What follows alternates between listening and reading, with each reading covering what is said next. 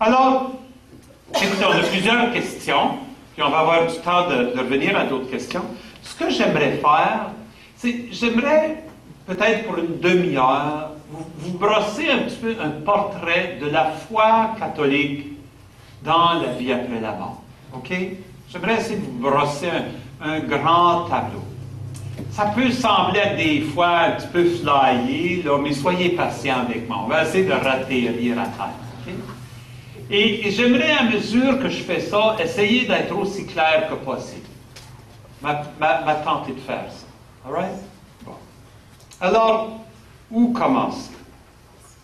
Je vais commencer par dire que dans la Bible, il y a eu de l'évolution. Il y a eu de l'évolution dans la Bible sur notre façon de comprendre la vie après la mort. Dans la Bible. Donc, bonsoir, venez-vous-en. Donc, il faut savoir que la Bible a été écrite, l'Ancien Testament, sur une période de 1000 années. 1000 années. Et puis, 1000 années avant Jésus, les gens, ils ne comprenaient pas les choses de la même façon que les apôtres de Jésus-Christ. S'ils avaient connu toute la bonne nouvelle, il n'y avait pas de raison pour que Jésus vienne. Il y a eu un cheminement dans l'Ancien Testament, un cheminement dans la Bible. Donc, il ne faut pas toujours lire des passages de l'Ancien Testament en pensant que c'est ça ce que nous croyons. C'est dans la Bible, c'est la parole révélée de Dieu, mais c'est la parole révélée de Dieu en autant qu'elle est comprise par des personnes qui ne comprennent pas tout à fait des fois. Dieu, il chemine. La Bible, il faut prendre ça un petit peu comme un livre qu'un jeune commencerait à écrire quand il a 7 ans, puis qui continue à écrire tout le long jusqu'à temps qu'il ait 70 ans. Puis disons qu'il est en train d'écrire à propos de l'amour. Tu commences à 7 ans, tu n'écris pas à propos de l'amour de la même façon que quand tu as 70 ans. Hein? Il y a des découvertes qui se font. Tu apprends, tu découvres. C'est pas que ce qui est écrit quand tu as 7 ans est faux, mais c'est pas tout à fait complet. C'est partiel. C'est pas saisi comme il faut. C'est la même chose avec la Bible. Quand on lit le Nouveau Testament, là on est rendu dans l'âge mature. Et quand on lit l'Ancien Testament, on est comme dans l'enfance de la foi, l'adolescence de la foi. Donc, il y a un cheminement qui se fait. Ça, c'est la première chose que je voudrais vous dire. Surtout quand ça vient à question à propos de la vie, de la vie au-delà de la mort.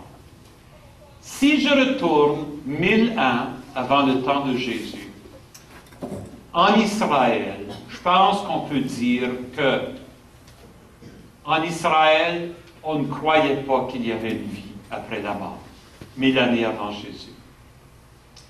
Et on voit ça dans le livre des psaumes. Parce que le livre des psaumes voit le bonheur où? Il voit le bonheur ici et maintenant. Il voit la bénédiction de Dieu sur la terre. La bénédiction de Dieu, c'est quoi? La bénédiction de Dieu, c'est pas la vie avec Dieu après qu'on va être mort. La bénédiction de Dieu, c'est la vie avec Dieu tout de suite puis maintenant. Et si je vis avec Dieu, ça devrait me donner la santé, ça devrait me donner la paix, ça devrait me donner la prospérité, l'espérance d'être capable de vivre sans trop de problèmes, mais pas une espérance au-delà de la mort. Parce que les autres croyaient qu'après la mort, il n'y avait rien. Il n'y avait rien. Les Israélites croyaient qu'il n'y avait rien après la mort. Ou s'il y avait quelque chose, il y en a qui disaient, peut-être qu'il y a quelque chose, mais c'est quelque chose de... C'est pas vraiment la vie. Ils appelaient ça, il y avait un nom pour ça, ils appelaient ça le Sheol. Le Sheol. Je ne sais pas si vous avez déjà entendu ce mot-là. Puis le Sheol, c'était comme un pays d'ombre. Il y avait peut-être la personne humaine, mais la personne humaine sans constance, sans relation, pas de relation du tout. Pas une personne humaine sans intelligence, sans cœur, comme un genre de vie qui n'est pas une vie, puis sans relation avec Dieu. C'est pour ça que les psaumes disent, le mot qu'on sert en français, puis ça c'est important à comprendre. En français, on traduit le mot Sheol par l'expression « les enfers », au pluriel. Les enfers. Ce qui n'est pas la même chose que l'enfer.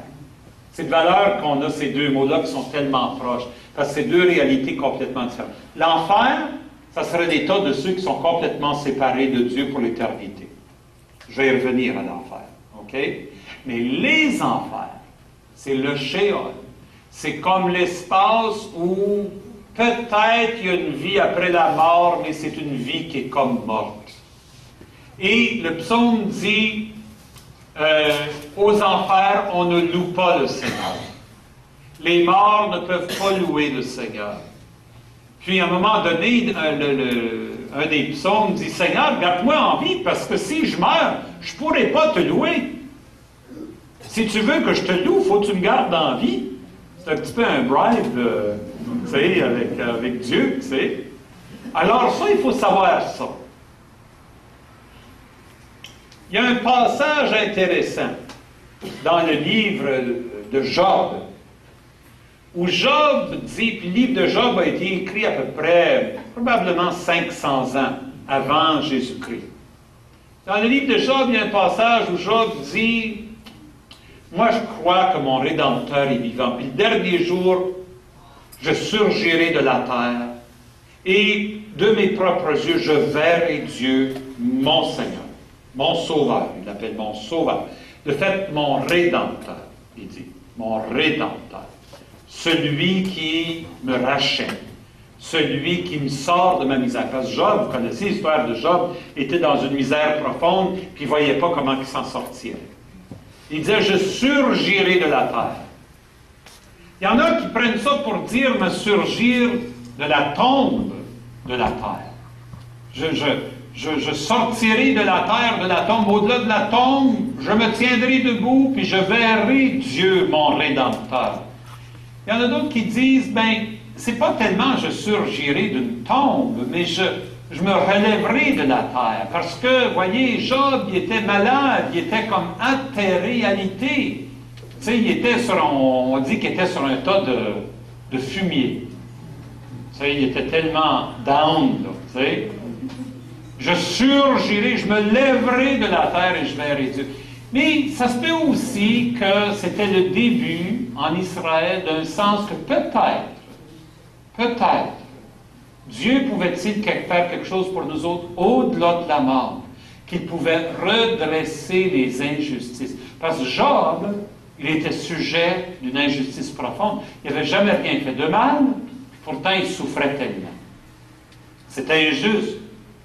Puis il disait, je crois que Dieu, il va d'une façon ou d'une autre renverser cette situation injuste pour moi.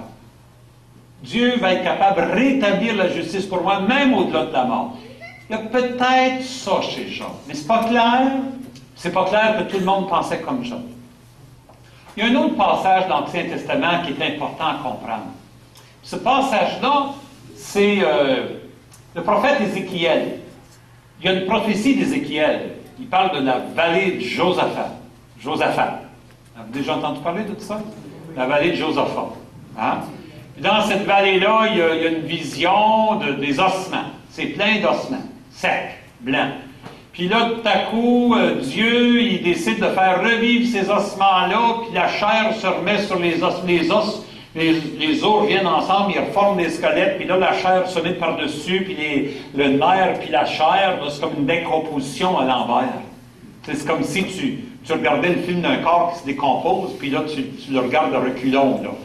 Le corps se refait, puis là, Dieu, il ressouffle son esprit, puis là, tous ces corps-là deviennent vivants.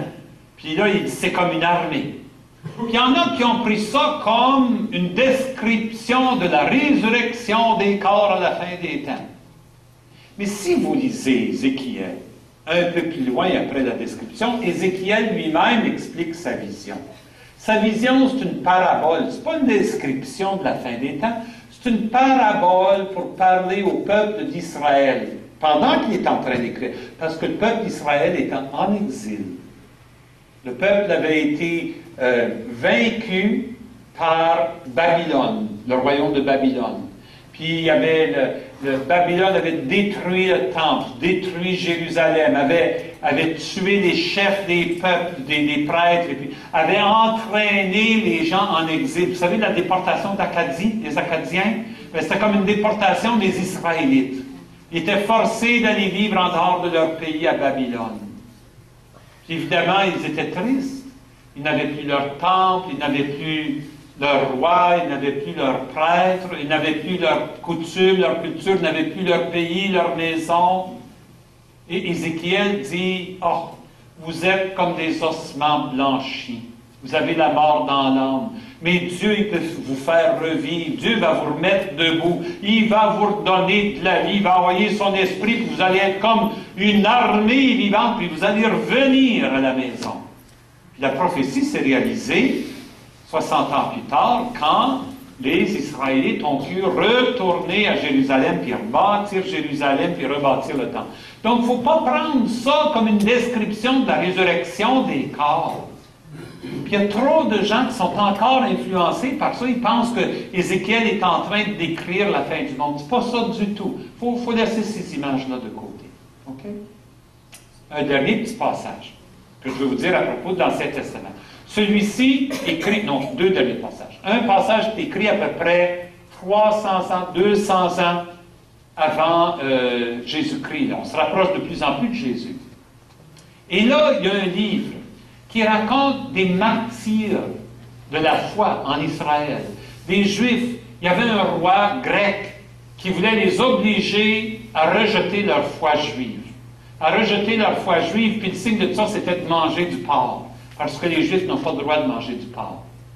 Les autres disaient, non, je refuse de manger du porc. Puis il dit, ben, je vais vous tuer. Puis il les a torturés, puis il les a tués. Et en particulier, il y en avait 7 qui étaient les 7 fils d'une femme. Puis ils ont fait ça en avant de la mère.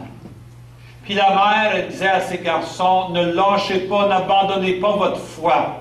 N'ayez pas peur. Dieu va faire quelque chose pour vous. Au-delà de votre mort, Dieu va faire quelque chose pour vous.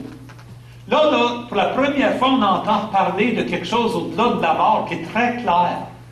Dieu va faire quelque chose pour vous au-delà de la mort. Ayez confiance en Dieu. Allez vers la mort, c'est correct. Si vous abandonnez votre foi, c'est pire. Gardez votre foi, accueillez la mort, Dieu va s'occuper de vous. Puis même, on a commencé à un moment donné, il y a eu une bataille, et la bataille a eu lieu un jour de sabbat.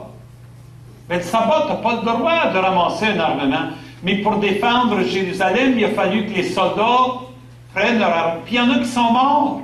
Il y en a qui sont morts en se battant. Bon, les gens se posaient la question, qu'est-ce qui va leur arriver? Parce qu'on commençait à croire un petit peu dans la vie au-delà de la mort. Qu'est-ce qui va leur arriver? Alors, autant on a offert des prières pour ces personnes-là qui étaient mortes en se battant le jour du sabbat, en brisant la loi de Yahvé, pour que Dieu leur pardonne puis leur tienne pas rancœur. Que Dieu les amène auprès de lui quand même. C'est là où on tire l'idée que peut-être une possibilité au-delà de la mort de continuer à cheminer vers Dieu et puis qu'on peut prier pour les personnes qui sont mortes. Tu sais, qu'on peut prier pour elles. Ça, c'est dans la Bible. Mais c'est dans un livre de la Bible que les Juifs n'ont pas retenu parce que ce n'est pas écrit en hébreu, c'est écrit en grec. Donc, les Juifs ne le considèrent pas partie de l'Ancien Testament. Mais les catholiques, nous le voyons comme une partie de l'Ancien Testament. Les protestants, non. Donc, les évangéliques, les églises évangéliques, les églises pentecôtistes, eux autres disent qu'il n'y a rien dans la Bible qui parle de prier pour ceux qui sont morts. Mais c'est par ce livre-là, il n'est pas dans leur Bible. Mais il est dans notre Bible. Le livre des Maccabées. Le livre des Maccabées. Okay? Alors, là, on arrive au temps de Jésus. Et là, comprenez-vous qu'en Israël, au temps de Jésus, c'est pas clair du tout. Il y en a qui disent qu'il y a une vie après la mort. Il y en a d'autres qui disent non. Même à l'époque de Jésus, il y a des Juifs qui acceptaient le livre des Maccabées, puis d'autres qui disaient non. Ceux qui n'acceptaient pas les livres de Maccabées, qui n'acceptaient pas les livres des prophètes, qui n'acceptaient pas le livre de Job, c'était le groupe qu'on appelait les Sadducéens. Et les Sadducéens disaient, nous autres, on accepte juste les 5 premiers livres de la Bible. Puis dans ces livres-là, c'est clair qu'il n'y a pas de vie au-delà de la mort. Les Sadducéens ne croyaient pas dans la vie au-delà de la mort, ils ne croyaient pas dans la résurrection. Point final.